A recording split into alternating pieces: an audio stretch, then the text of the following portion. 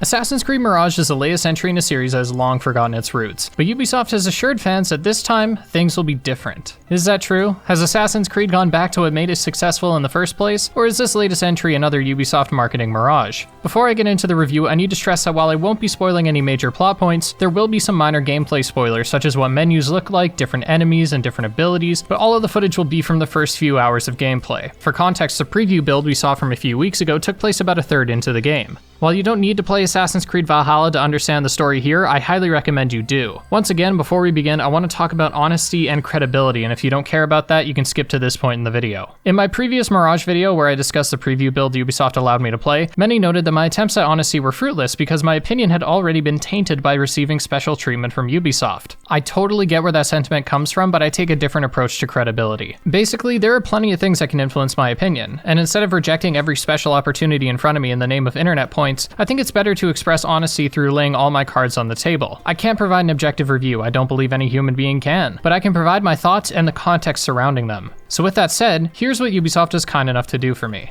They gave both myself and our lovely editor Sean codes to play the game early to get this review out on time. I was also able to see different parts of Mirage early and provide feedback on what I saw. And finally, I was able to take a trip to Montreal to tour their studio, but they didn't pay for the flight and only covered part of the hotel. So if you think a $2,000 bill is special treatment, then so be it. With that said, this review's objective is to explain if I think the game is good, worth picking up, and if you should get it. Keep the context in mind, and let's begin. Visually, Mirage is up to the standards that Ubisoft has set in the past. Will it blow you away? No. Does it suffice? Yes. The environments are designed expertly as always, and Baghdad from certain angles looks downright heavenly, but other aspects of the game take a nosedive into the nether. Back from Valhalla are the conversations that look stiff and unfitting for the characters, and the lip syncing is consistently dodgy, not always noticeable, and when the game shoots for a full-fledged cutscene, things do look great, but it's worth mentioning that the mini cutscenes that take place suffer from the same talking head syndrome that plagued the Arkham series. Where Assassin's Creed and Arkham continue to parallel is in the soundtracks. The Arabic instrumentals that accompany your journey are played well, and I greatly appreciate this game opting not to overuse the hell out of Ezio's family. It's a good song, an iconic song, but I'm sick of it. Baghdad is an excellent looking city with an overwhelming amount of people, flora, markets, buildings, boats, camels, and the works. It's a busy city, and it lends itself to the social stealth that has a greater focus here. No skyline is without a tall perch begging to be leapt from, or a post that connects your path across a roof. There's a wide variety of color here, and the contrast of an oasis against the harsh grains of surrounding sand are as much of a sight as the detailed fortresses and towers that watch over the low-rising buildings and awnings that glaze over the streets. It feels familiar in a setting sense to the series' roots, but also in terms of iconography. There's multiple bureaus this time around, and we spend a majority of the game cloaked in white. Attacks and jumps have the proper impact or lack thereof if you're landing on a soft surface, and Basim's voice actor does a fantastic job here, as does the voice actor for Roshan, whose raspy near constant growl is just mesmerizing. Roshan also has by far one of the best assassin designs in a while, easily clearing any of the outfits from the last 3 entries, and Basim's different outfits look great too. I appreciated the variety here in both heavy armor and nimble robes. I can't show them all, but I think most will be satisfied with what's on display here. What's further on display is the animations, of which most are overhauled. There are some animations like those when sprinting where it still feels like we're playing as Eivor, which is a problem because the two characters couldn't be more different. Eivor is broad, brooding, and prefers a head-on approach, while Basim is sneakier and more agile, and yet he runs with the same wide strides that seem fit for a Viking. Parkour sees Basim taking a floatier descent, which many noted in the preview build. While some like it and others don't, I fell on the side of liking it. It reinforces how light and quick this character is. Couple this with his upbringing as a thief and the other Basim-related information revealed in Valhalla, and we have animations that, to me, fit the character. Combat looks solid enough, but the takedowns range from feeling impactful and brutal to limp. The specific issue is that the swords can cut through these enemies and their armor like butter, as if there's no resistance. Maybe Basim is just putting all of his force into it, but previous entries had greater sound, and Valhalla's animation saw Eivor occasionally having to take a literal second stab, which went miles for immersion and entertainment. Outside of this nitpick, there's finesse to be found in every corner of the combat, and the stealth takedowns instead take a more traditional approach, which after how long it's been since we've had a traditional entry is fine by me. Finally, the UI looks slick, but it's the biggest reminder of this game being rooted in Valhalla. I mentioned this in my first impressions video that the DNA of Valhalla is very much here. Mirage was initially developed as an expansion for Valhalla, and while there is an overwhelming amount of identity here to separate it from Norway and England, understanding its foundations will explain the issues that plague the game, even if it won't excuse them. Visuals alone can't carry a game, even if they do look quite good in this case, and when people think of Assassin's Creed returning to its roots, the gameplay is the first thing to come to mind, notably the way they move.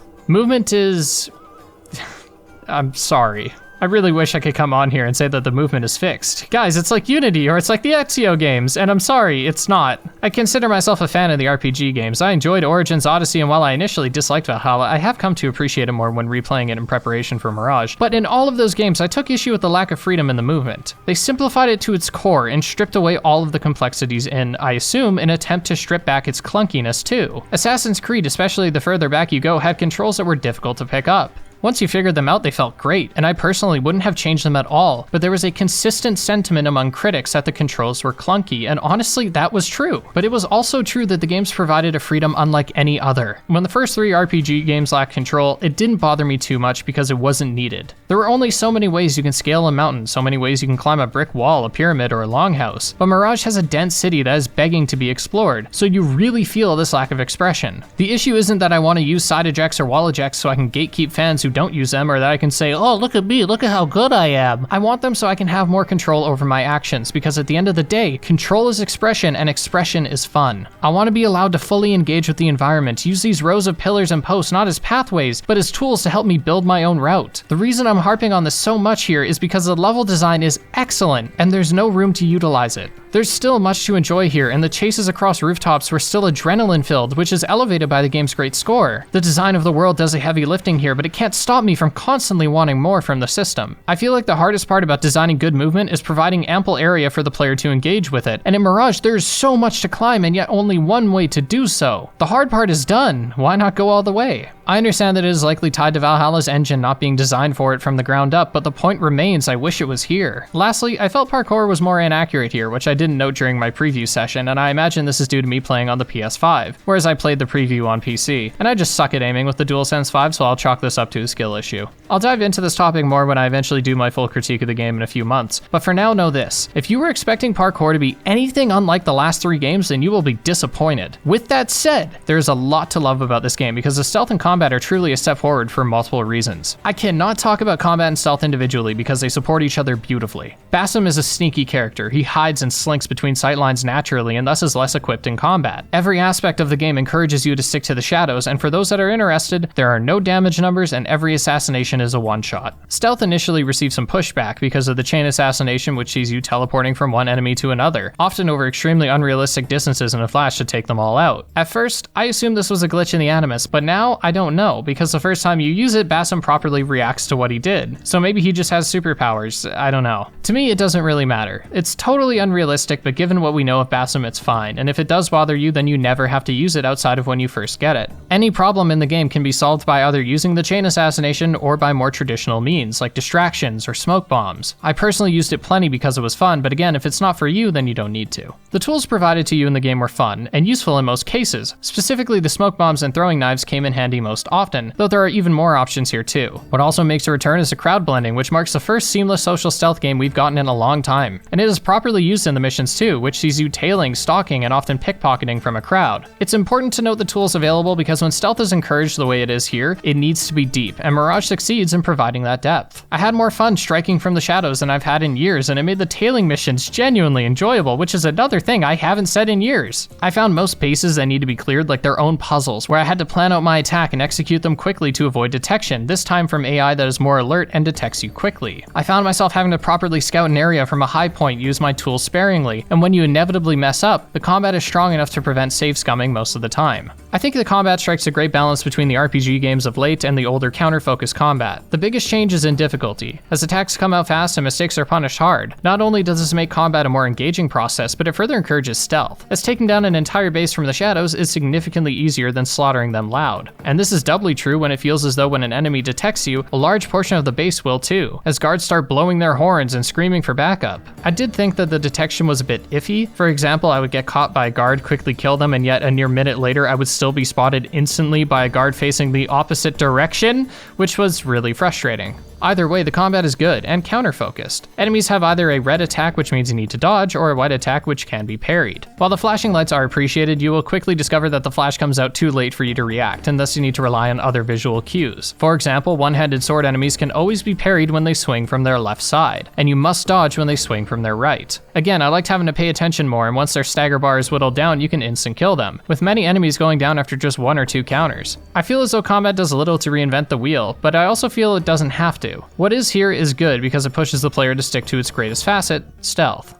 Level design this time around has you flexing your skills in interesting ways. You wear disguises, bribe guards, sneak into places through unorthodox means. If your goal is to quietly leave a trail of bodies towards a target, that is doable, and these extra options are both appreciated and seen at their best in the assassination missions. The black box assassinations from Unity and Syndicate make a return in spectacular fashion. You have a ton of different options in infiltrating a target's location and even more ways of taking them down. For example, there was a target that needed to be rescued from a prison, so I bribed a merchant out front and pretended to be his assistant to get past the guards at the gate. Once inside, I moved to his cell and helped him escape through the roof, an escape that was very loud, mind you, because we were spotted along the way. For an assassination, there was a businessman who I needed to draw out. When I saw a merchant who could not get his goods, I decided to help him by stealing the goods that were inside, so he could leave and announce his departure, causing the target to investigate. This was not the only way I could have gone about this, and the options get even crazier as the game goes on, but of course I can't show it here. The point is, there's a ton of freedom here in how you do anything from assassinating high-ranking members of the Order to how you take down 2 guards in front of you. Sometimes I used a chain assassination, sometimes a smoke bomb, and sometimes I used a throwing knife on one guard and then quickly assassinated the other up close. You could hide bodies to prevent guards from noticing, and you could also leave them in particular spots in order to trap them. There was so much variety, and the level design was frequently open-ended. This applies to most of the game too. You start rather linear as the game sets up the major characters, but after about an hour or two, the game opens wide up, allowing you to tackle a few different threads however you like, with all of them being of equal quality. The mission I played in the demo is available early, but it could be one of the last things you do depending on which threads intrigue you the most. Every mission here is framed around an investigation. You have investigations surrounding the Order members, but you also have side investigations, such as a character who needs some books returned, and a really cool one that again I won't spoil. There's plenty to do in the open world, and the side quests are great. They either provide fun gameplay or enhance the world. While traveling to an objective, I overheard a young boy saying he would jump from a tower. I climbed up to find out more, and I learned that he was trying to get the attention of the hidden ones. Once I taught the boy roughly how to do a leap of faith, he thanked me and said that once he's old enough, he'll join the hidden ones. It was a great mission because of a particular reveal, and with how it showed where the hidden ones stand in Baghdad, being seen as vigilante-esque heroes, and most side content is like this. Another note about the choices is that there's no longer any major choices in the story outside of the normal dialogue choices when selecting menus from stores. Speaking of which,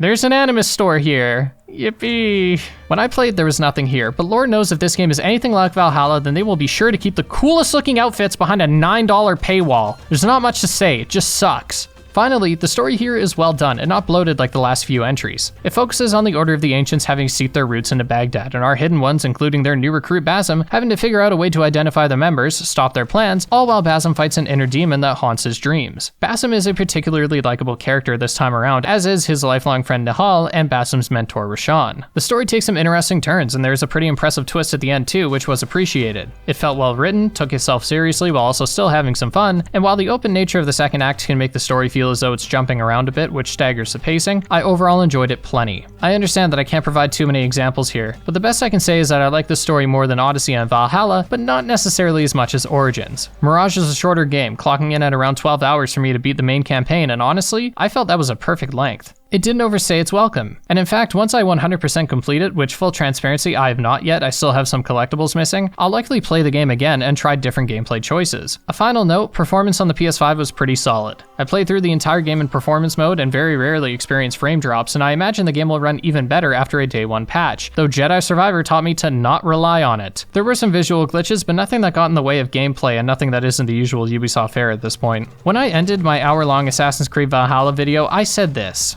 I think if Ubisoft takes the development time, money, and effort that they put into this game and put it into like a 20 or 30 hour adventure and scaled down the scope, they could seriously have a masterpiece on their hands. Mirage feels like Ubisoft saw this. I know they didn't, but the point is that for years now, this is a game that I've been looking for. And while Mirage isn't a masterpiece, I think it's plenty good. So do I think you should get the game? If you're a fan of the RPG games, yes. If you don't mind the last few entries, yes.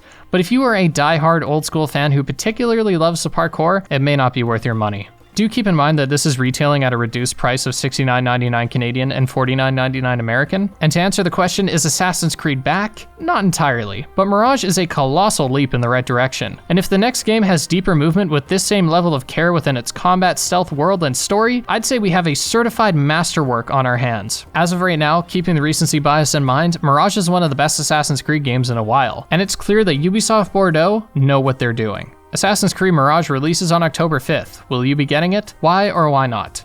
I want to thank you for watching this review, and I cannot stress this enough. Make sure you look at other reviews so that you're making the most informed purchase possible. Games are fucking expensive nowadays, and it's not so easy to take a chance on a product anymore. Don't just listen to me. Thank you to our patrons for supporting this video, thank you to Ubisoft for all they did for me, and thank you to Ubisoft Bordeaux for creating an excellent game. Thank you for watching, and take care.